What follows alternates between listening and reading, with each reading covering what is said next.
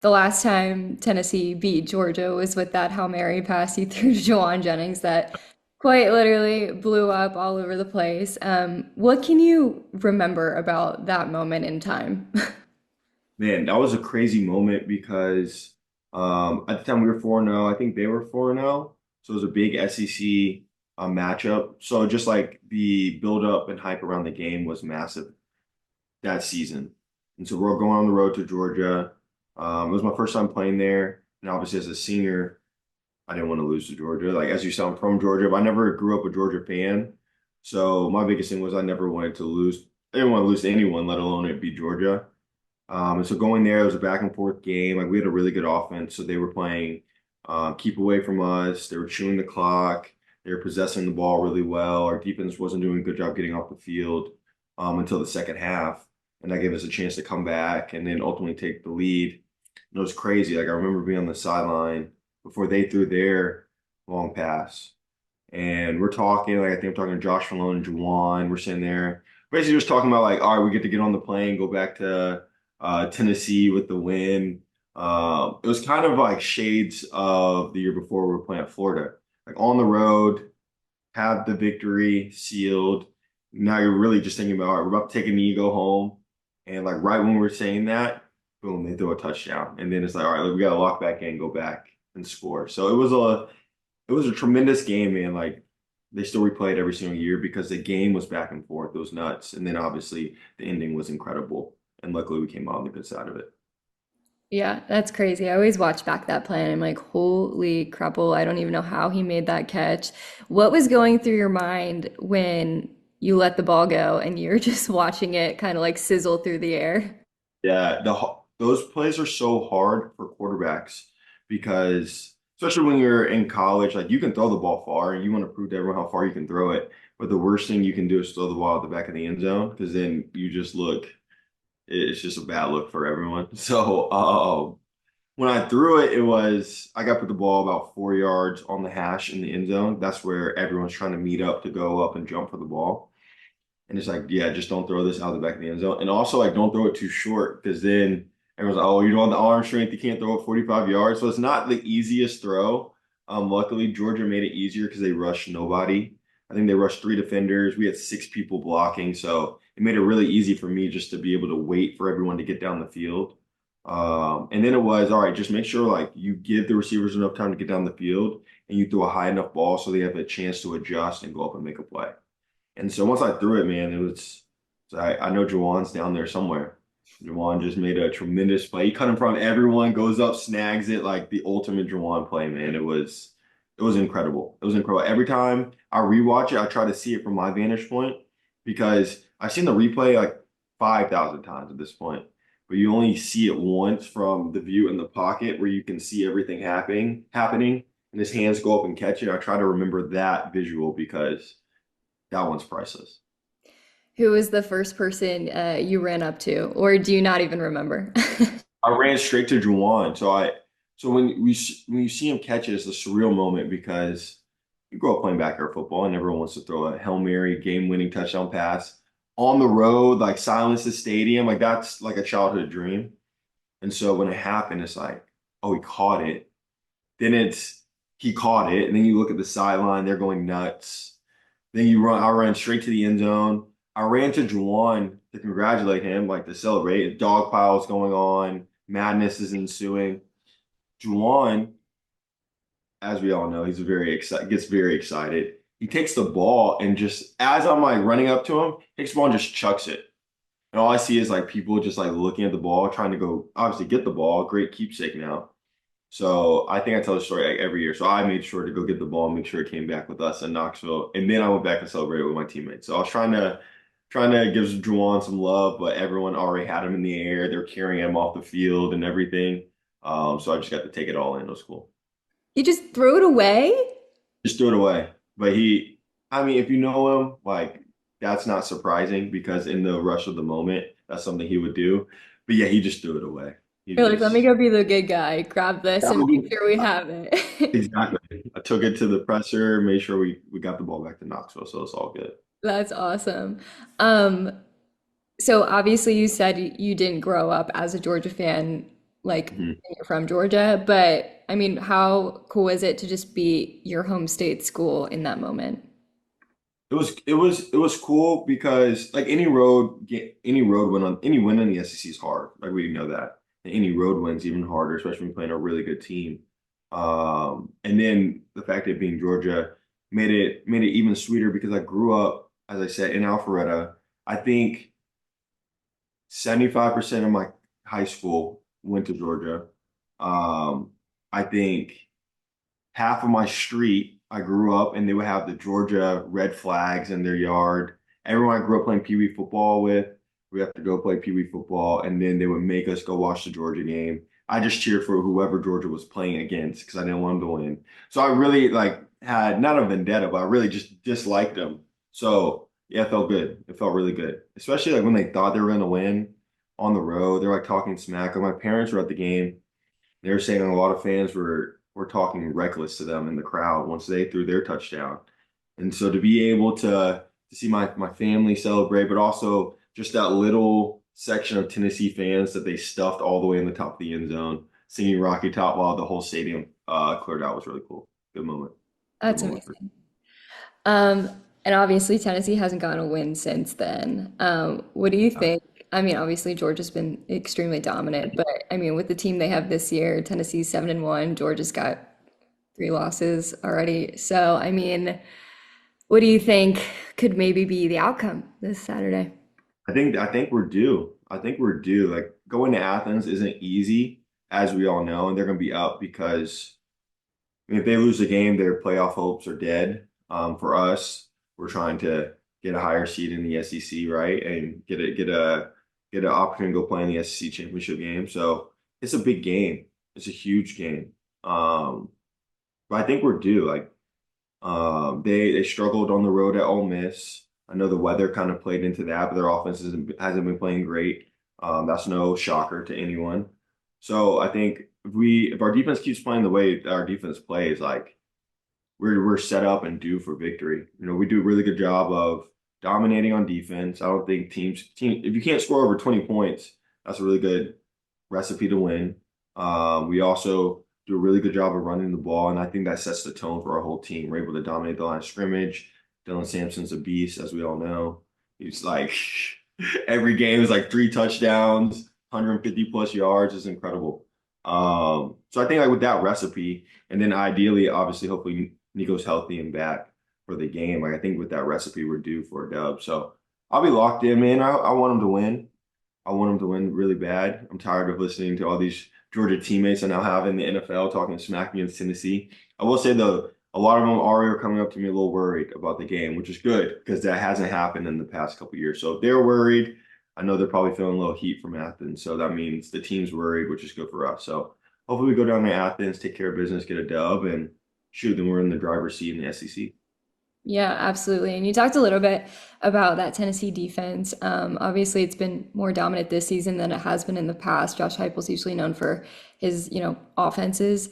But what has it been like seeing them just be able to stay in games and help the offense stay in games this season?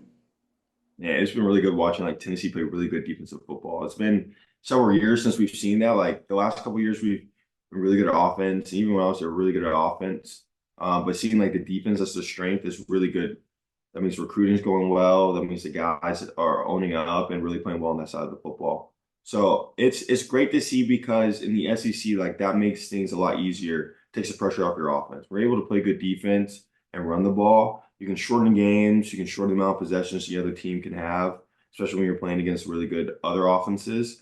And then ultimately, like the ball is able to, like the flow of the game is able to run through your offense. So it's really good. Like winning 45-41 is not easy in the SEC. It's much easier if you know the team can't score more than 17. You're like, hey, we just need 3 touchdowns and we'll win. Like that makes playing football so much easier on offense. So having a defense like we do, man, I think we're gonna be dangerous. Like have the defense that as we do, playing this well this late into the season. You go on the road, you beat Georgia, you're gonna be hosting a playoff game. We already know it's gonna be nuts in Neyland, and then we really can right the ship from there. So our team's in a really good place, a place that they haven't been in a lot of years, where they basically hold their own destiny, and that's really good to see. Yeah, and what are your thoughts on, the way Nico has been playing this season, how he's developed over these past few weeks? It's been great to see him grow up over the course of the year. I know he started off the year extremely hot. You start playing SEC football, it gets a little different. The competition is a little different out there, which we saw, but the way that our team can play complementary football allows for him to grow into that position. He's done that. Like Alabama game, we didn't score in the first half, team struggling, people are probably yelling at him from the stands, and then he just goes out and leads a game-winning touchdown drive, throws a touchdown in the fourth quarter against Alabama. Like that's what you want to see out of a young quarterback. He's able to step up in those moments, no matter what's happened throughout the game, that when the game's on the line, when it's crunch time, when you need a play from him, he's able to step up and perform, and the moment isn't too big. So all the other stuff will come, like, being able to start fast in the SEC, score a trillion points as we all want him to do. We want him to score on every drive. That's just not the nature of football, but all that will come with his growth within the offense and as he grows up in the SEC. But to see how he stepped up in those moments has been extremely impressive. And so I think with that, like you have a guy that has shown he can show up in the big time moments. I mean, once you have that, like no one can really mess with you. So we play good defense. Nico continues to show up and continues to improve, and we run the football as we've been doing. Like our team's gonna be hard to beat for a long time. And what does that just say about, obviously he's a redshirt freshman, but like how far he can really go, like at Tennessee, and how far he can really grow if he's making such veteran moves as a redshirt freshman? Yeah, I think he knows it. Like really, I mean, the sky's like the limit for him, right? It just depends on continuing to stay healthy, right? Stepping up in those moments, making those plays. But to see him do it now is really impressive. So it'll be really cool to see what he's able to grow into over the next couple of years. Are you guys close on any level? Does he ask you for advice or has asked you for advice whenever you would go back to Tennessee or anything? So I saw him the floor after the Florida game. Oh no, are you still there? Sorry, I thought I accidentally exited out. I saw him after the Florida game, and it was cool because that obviously wasn't the prettiest game of offense. I think he was the first to admit it. Everyone's the first to admit it. But we talked for a little bit. I was basically like, hey, any win in the SEC is not going to be easy. Like you won. Like that's all that matters. You won, you go back, you watch the game, you figure out how you can improve. But it's much better to win an ugly game than to lose a pretty game. So you get a win, you figure out how you can improve, and you progress to the next. And so you're able to kind of see him do that. Then the next week, I mean, they had Alabama at home, so they didn't have a much time to dwell over one performance with another juggernaut coming into town, and to go out and get a huge win during the course of the season. So I know what comes with that position. I know how many people are trying to be in your ear, trying to give you advice, trying to give their 2 cents, man. And so when I'm around or when the time presents itself, always open to conversation. I've had really cool conversations with him, from working out a couple times in the off season to the times I've been back, and then obviously after the game. But when it's the course of the season, man, like it's his show. He's doing a great job. He got a great coaching staff and support system there at Knoxville. So I'm just a fan now, fan cheering them on from the side, and it's really cool to see him playing well. That's awesome. And whenever he has gotten it in his head, after the Florida game or maybe any other poor performance he's had this season, have you ever given him a piece of advice that maybe he could remember or just to try to shake it off or anything? If not, it's not a big deal, but just Yeah. curious. Like after the Florida game was the one time I talked to him this year because I was there. Like I went to the game and hung out in the locker room afterwards. And I mean, the only thing I said is same thing I said to myself. It's like it doesn't matter what a victory looks like. Like you got the win, you made those plays, and so it's really easy to be hard on yourself. Like we all, especially at this level, like it's so competitive, and you always want to be the best every time you step on the field, and you always want your best performance every single game. And when you don't have that, you can get down on yourself whether you win or lose. Um, and so like my advice to him was, yes, like it's great to have that fire to want to improve, but still enjoy the wins. Like enjoy the win. It's difficult. Anytime Tennessee plays Florida, it's never a pretty game. It's always a hard game. It's always a hard fought game. So you got the dub and just get back to drawing board. Go in, improve, and get ready for next week. So Yeah, it's pretty standard. I wouldn't say I'm saying any world-renowned advice, but I know as a young quarterback, it's always good to hear from someone who's done it. And yeah, it's really cool to be a fan of all the guys there and know what they're going through and see them fighting and coming out victorious each and every week. Yeah, and obviously coming from a former Tennessee quarterback, I'm sure it's awesome for him to hear as well. For Um, sure. few more questions, if you don't mind. Dylan Sampson, you talked about just how, explosive and talented he is this season. A lot of yap about him not being in the Heisman conversation. Do you have Yes. any thoughts on that? Yeah, I think that's crazy. Like he's leading the SEC in rushing. I think he's already over 1,000 yards. They still have a couple games left, which is insane. And he has 2 or 3 touchdowns a game. Like I think he should be up for the Heisman. I mean, I know the running back at Boise State's balling too. I know Travis Hunter's really good. He's playing both ways, and he's a rock star. But Dylan Sampson's a rock star too. I think he should be up for it. Hopefully, he has a big game against Georgia, and that kind of will be his Heisman moment. I think he's kind of primed for that stage. But if he continues to do what he's doing, he'll be in the talks, right? You just can't let the outside noise affect his performance on the field. Awesome. And yeah, I mean, it's so interesting because he's never fumbled the ball in his career. In the last 3 games, he's fumbled the ball 3 straight times. Yeah. After like a really great Tennessee drive, but he's always been able to like score a few touchdowns afterwards. And I Yeah. feel like he's just like probably a pure like outlook on, next play mentality type vibe. What does that just say about him being able to shake off a fumble and be able to score a Sure. touchdown not too far after? I mean, extreme levels of mental toughness. Like I know every ball carrier, I mean, all the coaches say it, like the ball holds your dreams, goals, and aspirations. So every ball carrier, that's ingrained in their head. So anytime there is a fumble or you have a turnover, like it can definitely be tough to overcome that mentally. But to see how he responds each week and doesn't really, I know it probably does affect him. Like he is more conscious, definitely about it. But to then see he still goes out, runs hard, is aggressive, is explosive, big runs, like you can tell he's mentally strong. So it's impressive. It definitely is impressive. I think he should be up for Heisman. Like running back, balling, get your team the SEC championship game. You guys go to the playoffs. You play well. I mean, I think the narrative still is will be able to write itself. You just can't let it rush. You can't try to write it too early. Like let the games come. You got a big game coming up. You go out, you do your thing, and then you'll be able to continue your Heisman campaign for sure. Awesome. Two more questions for you. Tennessee hasn't beaten Georgia and Alabama in the same season since 2006. If they do that, what do you predict this team could do in the postseason and, SEC title narrative, stuff like that? So I'm not sure how the new SEC works. I don't know if it's like still SEC East versus West for the championship or it's the top 2 teams. I I know think they it's just split the top two. I think top that's two, what they, right? yeah.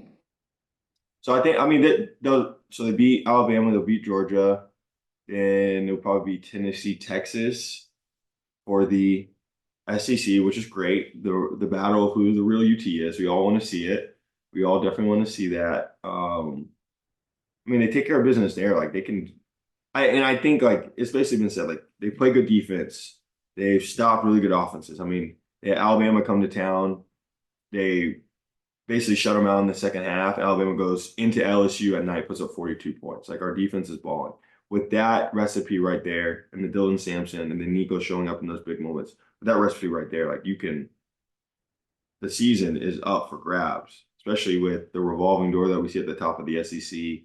Texas one day looks good, and the next day they don't look very good. Georgia's been wishy-washy. Like the season, the it's there for the taking, right? And I think the guys recognize that. Like it's really cool to see their professional mindset that they have, at least from afar, in their interviews. Like they see like all that is right there. So they take a week at a time. Like are gonna have a deep playoff run, and then from there anything can happen. Like obviously, there's some really good teams across college football. Like Oregon's balling, Indiana. I saw we may have to play them in the first week of the playoff. They're a really good team, but I think our team's extremely good, and so I don't want to put any curses out there, but they could right the ship just like baseball just did. So it'll be exciting to watch for sure. Awesome. Did you get a chance to watch that baseball national championship? I did. I was trying to go. Mm. This was the year I said I was going to go. I was like, I'm going to Omaha no matter what. And then I I love a lot had of people there. a ton of people. I had an event that I was signed up for 8 months ago that I Mm, didn't know I signed up for would be obviously the week of Omaha. yeah. And that was like right in the way. So I couldn't get out there. Oh, I yeah. was definitely, but I was watching every single week, every single game, excuse me, every day I walked in. And I was jealous. My parents ended up going. They drove from Atlanta out to Omaha. They saw the Bruce No game way. state. So I was looking vicariously through them, but I did not Oh get my there. God. But hopefully Crazy they'll be back. stuff. Yeah, I mean, Tony Vitello's a beast at recruiting now, so he's cool. He's a cool dude. Last question for you. Obviously, when this week rolls around every season, the play you made to Juwan obviously gets brought up, and to see Tennessee fans still so hype about it, and to see them be so supportive of you and your career. I mean, every time you do well in the NFL, it goes on in our show. So, Yeah. Knoxville loves you. What does that mean to have that so much support, even so far into your NFL career? Yeah, it's definitely love. Like I love Knoxville as well.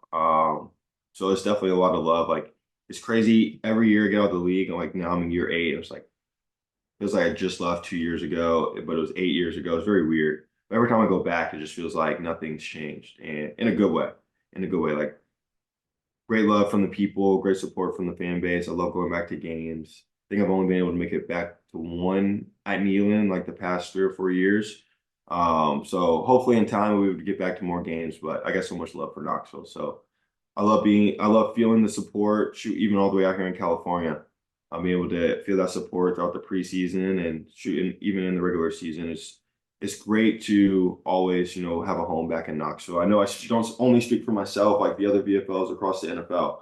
Like seeing the support and love that they get from the Tennessee fandom is amazing. And whenever we're all back, like we love being back in Knoxville, embracing the city, hanging out, and just taking it all in because it was home for us for 4 years, but the people there always make it seem like it's gonna be home forever. So it's always great to get back, hang out, be with the people we love, and when we can enjoy a great day of college football on a Saturday in Neyland Stadium.